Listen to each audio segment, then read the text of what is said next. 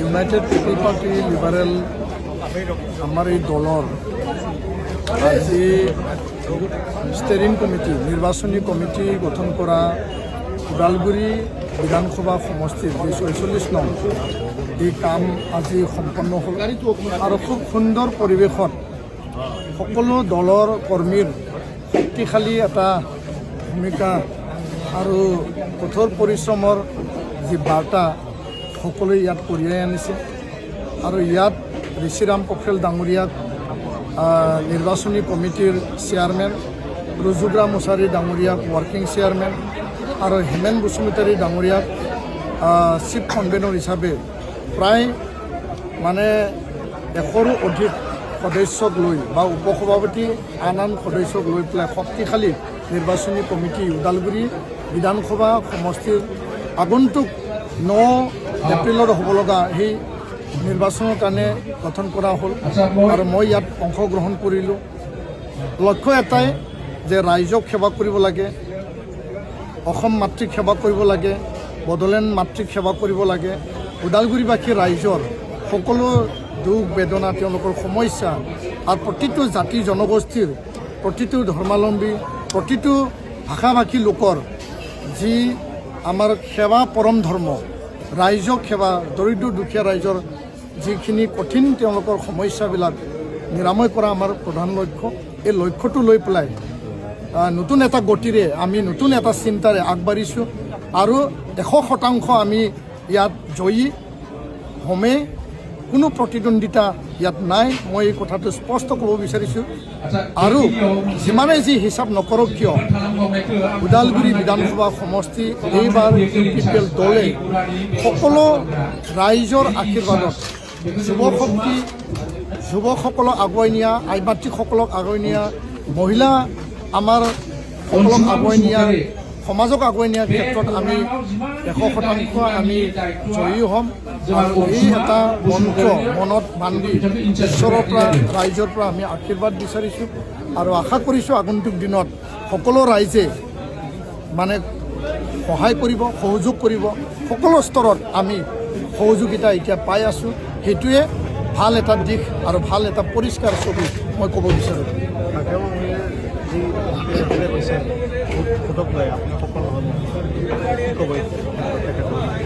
নাই, তেখেতে দীঘলীয়া ৰাজনীতি কৰিছে, তেওঁ এজন ৰাজনীতিবিদ আৰু মই এতিয়া ৰাজনীতিত নতুন।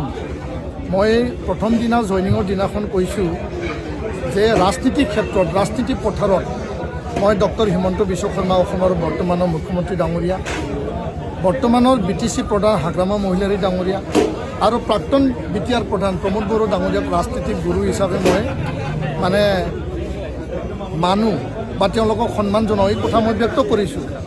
এতিয়া যোৱাকালি মই টিভিত দেখিবলৈ পাইছোঁ যে তেওঁ মোক কৈছে যে তেওঁতো বড়ো জাতিৰ নেতা আছিল আৰু বড়ো ৰাইজৰহে মংগলৰ কাম কৰিব, বাকী আন ৰাইজৰ মংগল কাম নকৰে। ছাত্ৰ সংগঠন, জাতীয় সংগঠন ২৫টা বছৰত বড়ো ৰাইজৰ মংগলৰ কাৰণে, বড়ো জাতিৰ উত্তৰণৰ কাৰণে কাম কৰা মোৰ প্ৰধান দায়িত্ব আছিল। উপেন ব্ৰহ্মৰ আদৰ্শেৰে জীয়াই থাকিবলৈ দিয়ক সকলোকে লৈ এতিয়া মই ৰাজনীতি পথাৰলৈ, সামাজিক পথাৰলৈ মই নামিছোঁ আৰু এতিয়া মোৰ প্ৰধান কৰ্তব্য আছে বড়ো ৰাইজৰ লগতে ইয়াত থকা গোৰ্খা, ইয়াত থকা সংখ্যালঘু মুছলমানেই হওক, ইয়াত থকা আমাৰ চান্তাল আদিবাসীয়ে হওক, ইয়াত থকা কোচ ৰাজবংশীয়ে হওক, ইয়াত থকা আমাৰ বেংগলী ভোজপুৰী সমাজেই হওক, আমাৰ অসমীয়া সমাজেই হওক বা অন্যান্য যিবিলাক সকলো জাতি জনগোষ্ঠীক ৩৫ লক্ষ বিটিয়াৰবাসী জাতি জনগোষ্ঠী, যিহেতু মই ২৬টা জনগোষ্ঠীৰ ৩০টা জাতীয় সংগঠন মই নেতৃত্ব দিছিলোঁ আৰু য'ত মই বড়ো অনাবড়ো ব্যৱধান মই নাইকিয়া কৰিলোঁ আৰু তাত মানে বড়ো অসমীয়া ভাষাৰ যি এটা গেপ আছিল, আমাৰ ভুল বুজাবুজি আছিল, এইটো মই নাইকিয়া কৰিলোঁ। সিদিনাখন আদিবাসী চাওতাল বড়োৰ মাজত এটা কাৰিকৰ সংঘাত হ'ল। এই সংঘাতটো নিৰাময় কৰিবৰ কাৰণে, শান্তি ঘূৰাই অনাৰ কাৰণে মই চাওতাল কেম্পত গৈছোঁ, আদিবাসী কেম্পত গৈছোঁ, মই বড়ো কেম্পত গৈছোঁ। মই প্ৰথমে চাওতাল কেম্পতহে গৈছোঁ, তো তাত কোৱাৰ কোনো থল নাই। আৰু যদি ক'ব লাগে মই তেখেতক আৰু উল্টাকৈ মই মানে তীক্ষ্ণ ভাষা কৈ পেলাই মই উত্তৰ দিব বিচৰা নাই। মই ৰাজনীতিত নতুন, মই লাহে লাহে খোজকাঢ়িছোঁ আৰু লাহে লাহে খোজকাঢ়া এই যে কাছৌ আৰু ইয়াৰ কাহিনী এটা আছে না, মানে শহাপহু আৰু কাছৰ। শহাপহু বহুত স্পীডত গৈছিল, কিন্তু সি মাজত টোপনি কৰিলে, গছৰ তলত জিৰণি ল'লে যে কাছনো আৰু ক'ত মানে লক্ষ্যত গৈ পাব বা টাৰ্গেটো গৈ পাব। পিছত দেখা পালোঁ যে কাছুৱে গৈ পালে, শহাপহু ৰাস্তাত সি শুই থাকিল। তো প্ৰথমে হাগ্ৰামা মহিলাৰী ডাঙৰীয়াও বড়ো জাতিৰ কাৰণেহে কাম কৰিছিল। তেওঁ BLT অধ্যক্ষ আছিল শিলাগাম বসুমতাৰী, তেওঁ মৃত্যু হোৱাৰ পিছত আৰু হাগ্ৰামা মহিলাৰী ডাঙৰীয়া BLT নেতৃত্ব দি পেলাই 2003 চনত তেওঁ শান্তি চুক্তি কৰিছিল। নিখিল বড়ো ছাত্ৰ সন্থাত তেতিয়া সহযোগ দিছিল আৰু 2020 চনত ABSU NDBয়ে শান্তি চুক্তি কৰিলে। হাগ্ৰামা মহিলাৰী ডাঙৰীয়াও তাত সাক্ষী আছিল।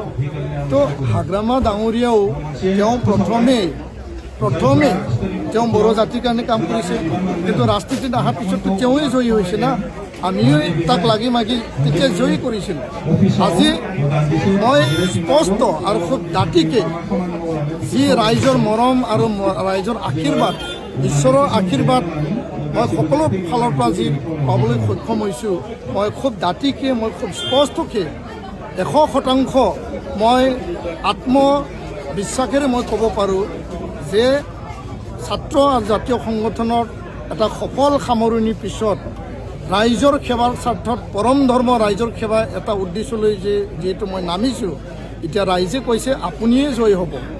সকলো ৰাইজে, ইয়াত বড়ো, অসমীয়া, ইয়াত গোৰ্খা, আদিবাসী, চাওতাল, বেংগলী, ভোজপুৰী, সংখ্যালঘু মুছলমান ৰাইজ, সকলোৱে কোচ ৰাজবংশী ৰাইজ সকলোৱে কৈছে যে আপুনিয়ে জয়ী হ'ব। আমাক নতুন লিডাৰ লাগে, নতুন নেতা লাগে, যুৱ শক্তি লাগে, যুৱ শক্তিক আগুৱাই নিব লাগে আৰু দেশ আৰু ৰাজ্য যদি শাসন কৰিব লাগে, ভাল নীতি, ভাল এটা পন্থাৰে যদি শাসন ব্যৱস্থা চলিব লাগে, সম অধিকাৰ সম উন্নয়ন হ'ব লাগে, তেতিয়াহ'লে যুৱ শক্তি, যুৱ নেতা লাগে। আপুনিয়ে এইবাৰ আমাৰ প্ৰাৰ্থী। আমি দল নাচাওঁ, আমি জাতি নাচাওঁ, আমি ধৰ্ম নাচাওঁ, আমি ভাষা নাচাওঁ, যে আপুনি আমাৰ প্ৰাৰ্থী, আপুনি জিকাই দিয়াটো আমাৰ পৰম ধৰ্ম আৰু আপুনি যিকোনো বিনিময়ত জিকিব, এই কথাটো স্পষ্ট কৈছে। তো তাত বড়োৱে ভোট দিব, আনে ভোট নিদিব বুলি কোনো কথা নাই। ৰাজনীতি সকলো জাতি সমাজক সেৱা কৰা এটা লক্ষ্য, এটা পৰম ধৰ্ম আৰু এই পৰম ধৰ্ম আদৰ্শটো লৈ মই আগবাঢ়িছোঁ আৰু যোৱাটো সময়ত জাতিৰ কাৰণে যিখিনি মই কৰিলোঁ সেইটো মোৰ এটা কেপিটেল, সেই কেপিটেলটো লৈ পেলাই মই শক্তিশালীভাৱে সকলো জাতি সমাজক সেৱা কৰাৰ কাৰণে মই আগবাঢ়িছোঁ। ধন্যবাদ।